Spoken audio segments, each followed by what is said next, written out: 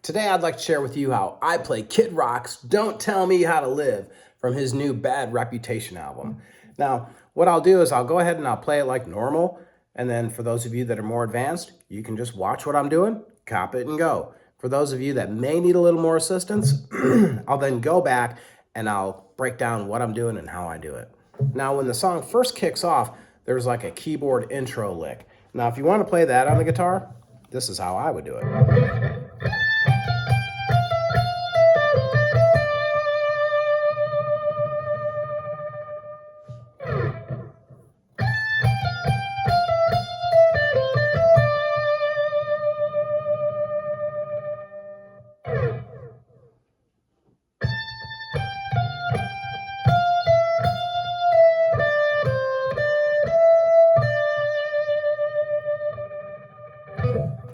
Now, if I was in a band and I was playing that song, I probably would play with a little bit of wah, and I would kind of do a bend at the end and take that right into the main theme. So it'd be like a...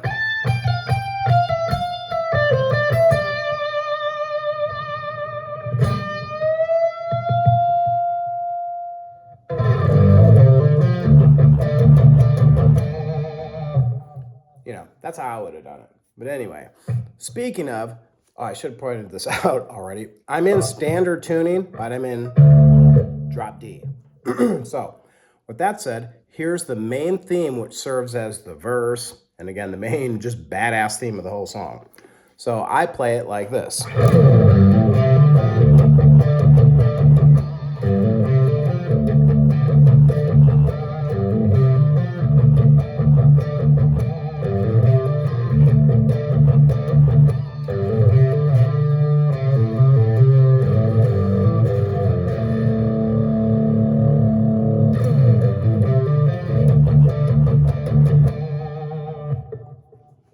Okay, now the only other real spot on change, there's a bridge in the song later on, and that's just played.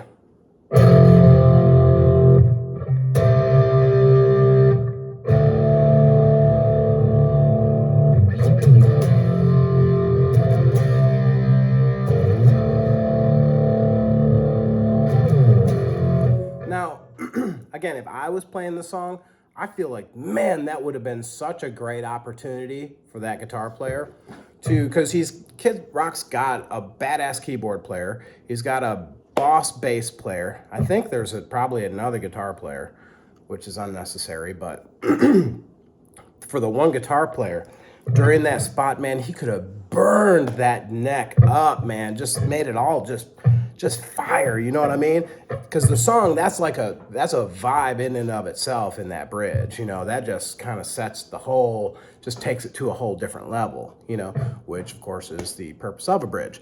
But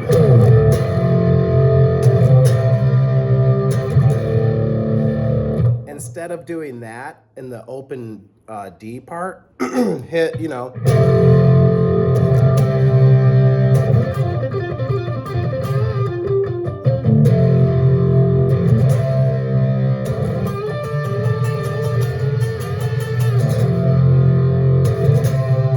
what I mean? Just kind of burn that spot up a little bit. Anyway, but that's probably why Kid Rock doesn't have me playing guitar.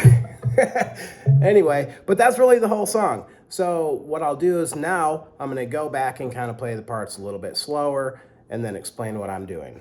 So going back to that intro keyboard spot, this whole thing is on the high E and B strings. So starting off on your high E, I use my third finger and I slide up to the 17th fret,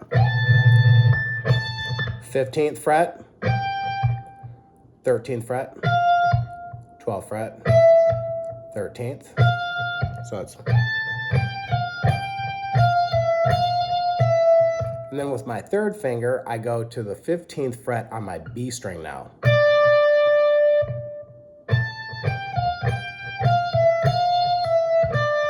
And then with my first finger, I go to the 13th fret on the B string, back to the 15th fret, then with my first finger on the high E string at the 12th fret, and then close with my third finger on the B string on the 15th fret. Oops.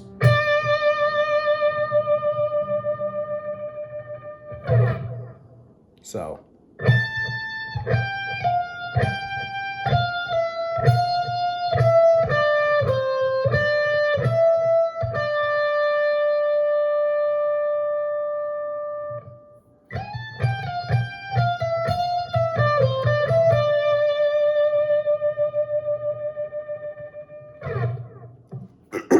Okay, now that takes us to the main theme, which again is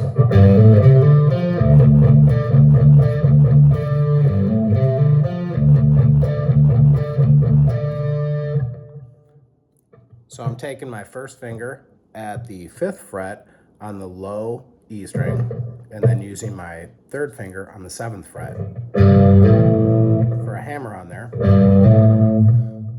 Then I move to the A string with my 1st finger, do a hammer on again with my 3rd finger at the 5th fret. So it's, and then with my 1st finger on the 3rd fret of the D string, and then the pivot point is going to be with my 3rd finger on the 5th fret of the A string.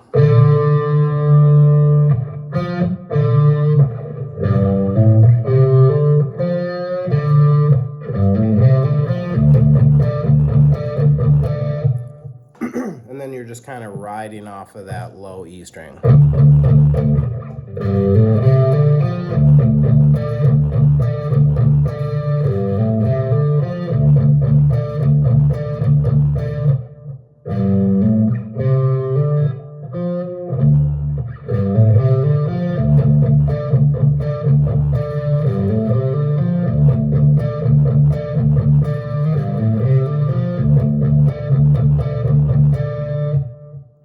Now, what helps me a bit when I'm thinking about the picking structure of that, I think of ZZ Top's Just Got Paid.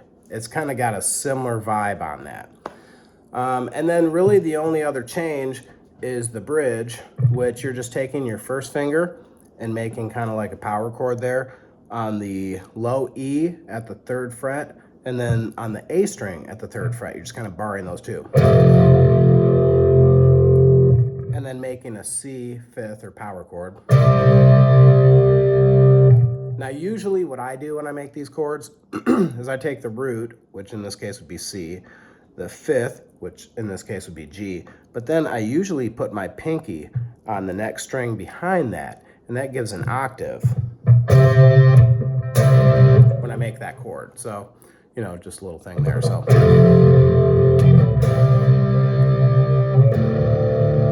And that what I'm doing is just hitting the low E and low A open.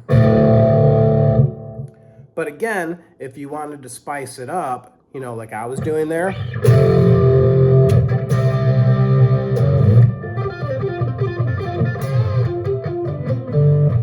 basically what I'm doing there is I take my 1st finger and I bar it at the, 10th fret there on the D and G string. And then I just do hammer-ons and pull-offs with my 3rd finger.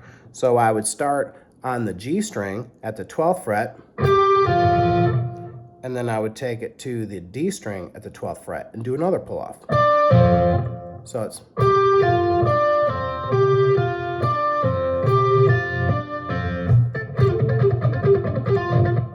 And then to get that muted sound, I just take my, you know, just a little palm muting there.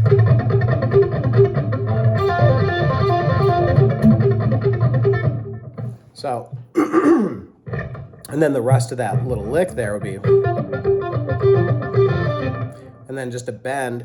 Now, when I do the bend, my 3rd finger is at the 12th fret on the G string, and then my pinky is at the 13th fret on the B string. Now I keep my 2nd finger and my 1st finger on the G strings behind my bending finger to give it like support and extra strength to support the bend. So instead of bending like this, I'm bending with all my fingers to make it easier on all my fingers then and take all the weight off of that one. So.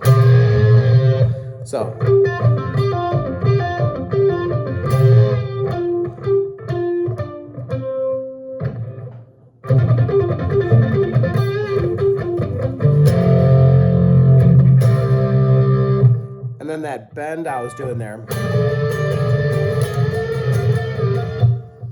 So bar with your first finger at the 10th fret, the high E and B string, and then use your third finger on the 12th fret of the G string to do that bend.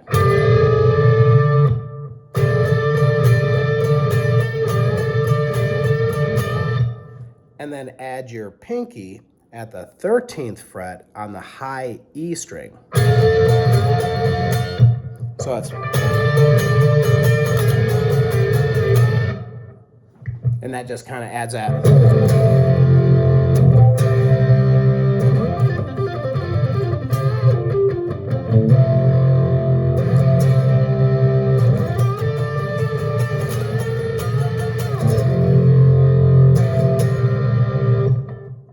And there you got it. That's pretty much the whole song, man.